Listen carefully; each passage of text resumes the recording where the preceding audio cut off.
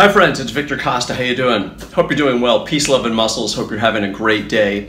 It's Saturday, August 5th, and I am just getting back from the gym. I was telling you guys that sometimes when I have a weekend and I'm able to break my workouts up into 2 sessions, I find that a lot more productive and a lot more fun. So today I went to the gym and I simply did abs.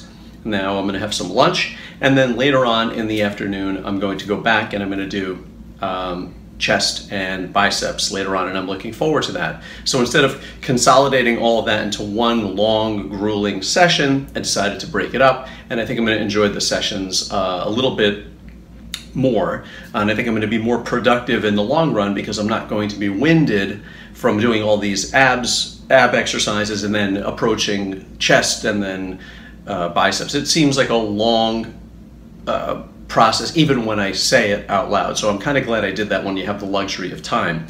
Again, I'm not doing this to put more work, to do more work, because I want to be at the gym twice a day. I'm doing it to divide the work, and for me that's really working out. So again, I'm just enjoying the session more. Session is more productive, and yes, it is a bit of an annoyance to leave the house twice and then set that time aside. But again, I'm not in there for a really long period of time. So that plays into something that I wanted to talk about today. A lot of people tell me that they don't know where to start. They'll see a physique in a magazine, or they'll see someone on the beach, or they'll see someone on the street, or they'll see their favorite actor or someone that's very visible, and they aspire to look like that, or they want to at least make some progress for themselves, but it's really sort of intimidating. I remember when I was a little kid, I was about 7 years old, I went to this really great Catholic school in New York. I wanted to be an artist, and I remember being able to draw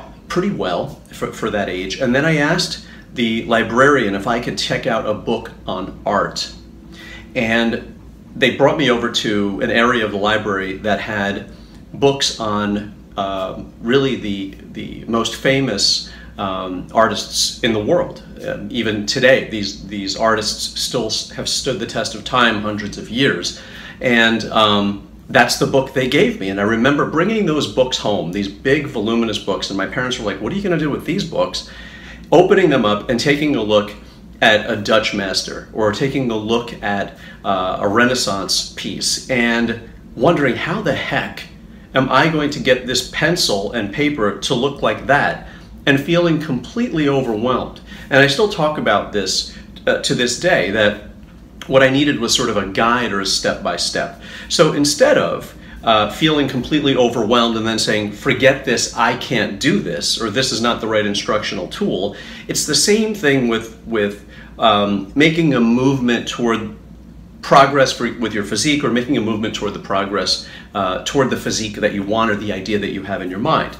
So the way you do it is you take baby steps. You take really tiny baby steps. And what I could have done with that artwork is I could have taken a look at maybe just a small section of it. Instead of taking a look at a Van Gogh and trying to understand it in its totality, I could have taken a section of it, or a corner of it, or just a little piece of it, and tried some shading exercises. Of course, I was young and I didn't have that sort of sense, but now that's what I do with things. When I don't know how to do something, I try to compartmentalize it into little pieces that I might be able to understand, comprehend, or maybe make it a little bit easier on myself. So same with you.